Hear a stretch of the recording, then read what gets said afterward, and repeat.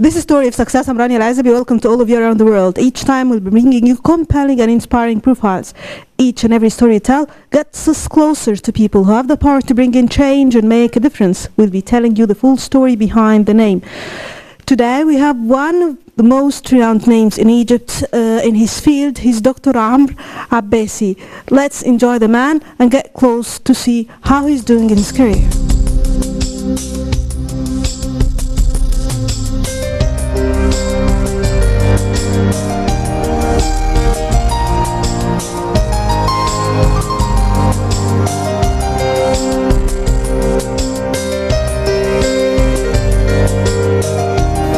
This week in Story of Success, we catch up with Dr. Abbassy, one of the young Egyptian doctors. He leaves you with a sense that his field seemingly with kind of inexhaustible energy. A big factor in his story is that he constantly sought to push boundaries that define his world. His success story is built on the foundation of devotion. This is Story of Success for this week.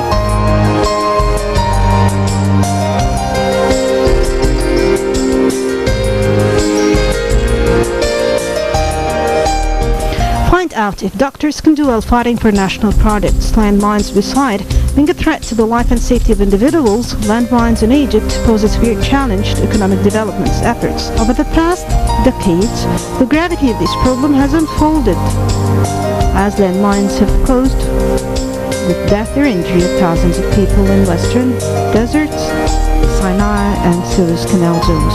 In addition, landmines have disrupted economic development efforts in these parts of the country. Still, this problem will look graver if we recall the fact that of all countries of the world, Egypt is most afflicted by landmines. He was a part of a medical caravan to Sidi Barani.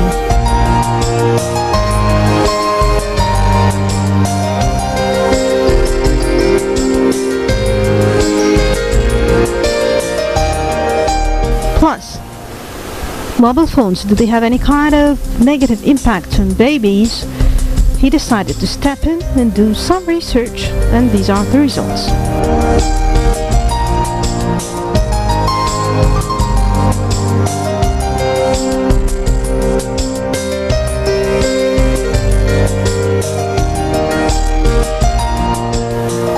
Also, infertility raises its head, both for men and women alike. His take on how lifestyles can be part of the cure. Let's get started.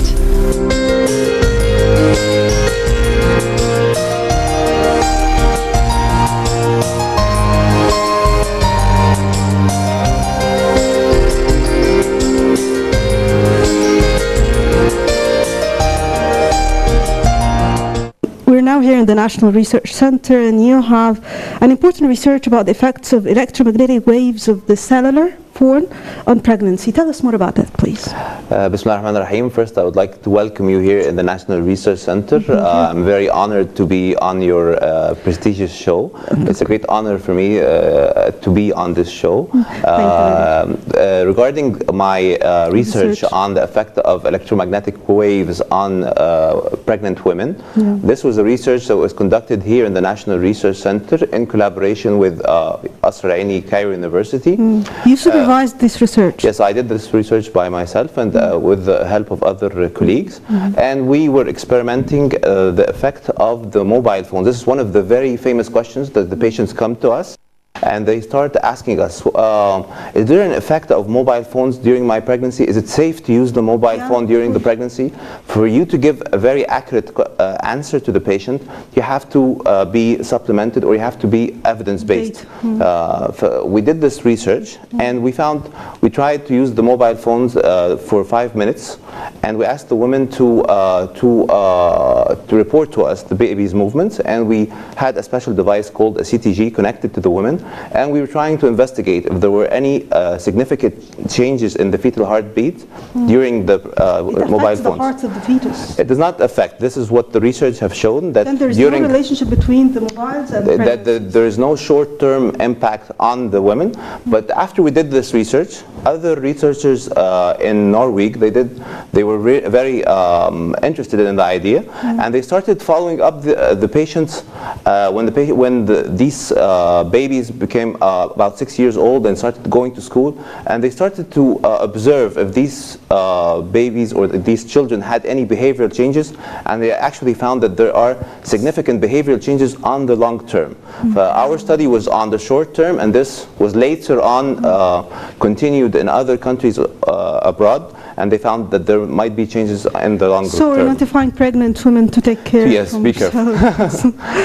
Also, you participated in Rotaract Medical Caravan for providing medical services for the victims of the landmines in Sidi Barani. What's the importance of that? This was a medical caravan that was conducted by a very famous group, and they were trying, there's a place called Sidi Barani. It's a place between Libya and Egypt.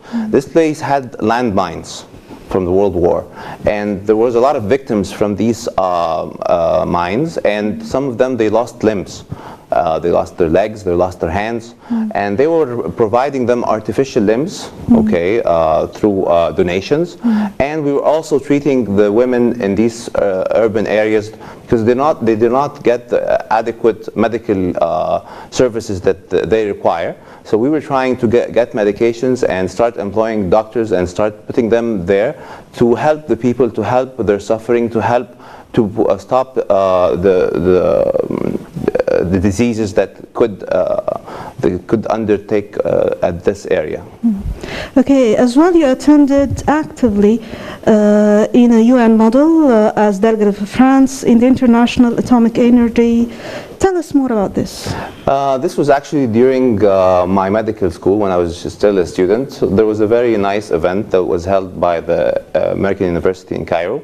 They did a model of the United Nations, and in this model it's represented by different categories. One of them is the International Atomic Energy Agency, and I was the delegate of France at this time, and you start to discuss the political issues, and you start to get a grasp of the different policies of the different countries, and you learn to interact with people from all over the world, because at this event you have people coming, students coming in from all over the world.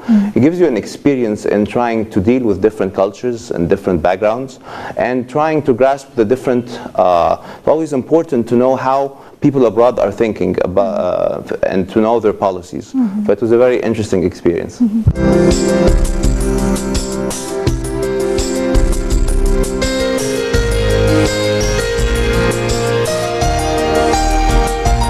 Now we'll talk history a little bit. Why did you join Faculty of Medicine at the beginning? Okay, at first when I finished my IGCSE, which is the English diploma in my English education, I was really intending to go into computer science. And this was my main aim, and I started actually working as a web designer.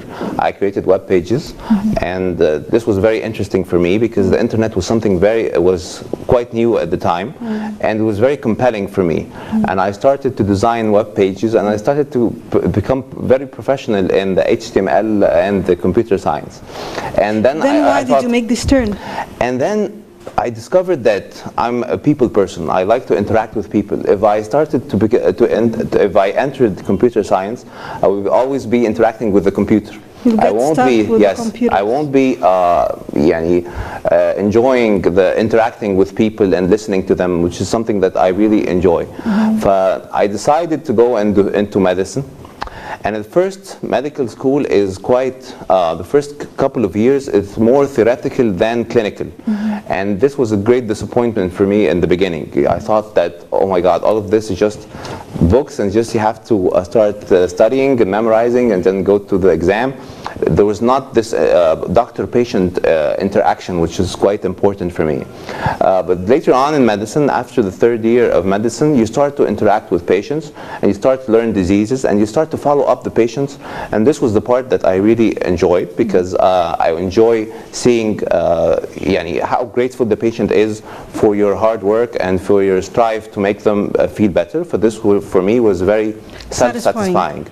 And then towards the end, of the medical school, you come to a decision, what are you going to choose, your specialty? And this, of course, took a lot of time and a lot of thinking. Yes, a lot of thinking. It was not an easy decision to think about it, but I stuck with the ladies all the way.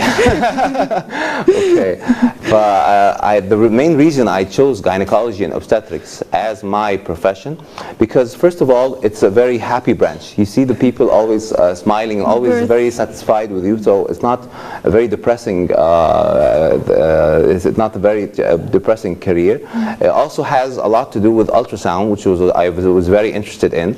You employ the ultrasound during the antenatal visits and during the visits of the patients to your clinic. Also, it has a lot of very compelling surgeries, whether laparoscopic surgeries. This is surgery using very fine instruments inside the abdominal cavity and dealing with the tissues, handling with the laparoscopy, or endoscopy as the hysteroscopy, which is entering through the cervical canal into the uterine cavity. And all of this was very compelling to me. A branch that has a lot of surgery, it has a lot of ultrasound. It's the mood of the branch is quite cheerful. For this, for me, was quite a compelling career. You attended many seminars and, of course, you did many researches on the infertility of men and women. Tell us more about that. Okay. Infertility is one of the problems facing all over the world, and it is increasing. The incidence of infertility is about 10%. What are the figures worldwide and in Egypt? Yes, in Egypt it's about 10 to 20%. So this is not a small issue. It's a very important issue, because out of every 10 women or every 10 couples, you might find 1 or 2 that have a problem with conceiving. This is a major problem. This is why I was very interested in conducting research and attending workshops all over the world in order to try to give the patients or to deliver the best quality service to the patients here in Egypt and abroad. I'm one of the very few doctors here in Egypt that provide the patients with a 4D gynecological ultrasound. This means that we visualize the whole uterine cavity. Yes, we visualize the uterus and the fallopian tubes and the ovaries in order to try to very accurately find or diagnose the problem that is causing the infertility. Also, I'm one of the doctors that use assisted reproductive techniques such as ICSI or IVF, which is a technique that we use to stimulate the ovaries and to help the patients conceive and to help to end their struggle for conceiving. You have a very special viewpoint here on the lifestyle and how it affects the fertility of persons, either men or women. One of the things that I'm very interested in, how the lifestyle can affect the fertility. One of the problems here in Egypt now is obesity. Obesity is becoming a national problem, and we are one of the countries that are put as one of the countries that have a population that is obese or overweight. And this can have a tremendous effect or have a very bad effect on the fertility, because obese women, they tend to have a lower fertility rate. They tend to have hormonal disturbance.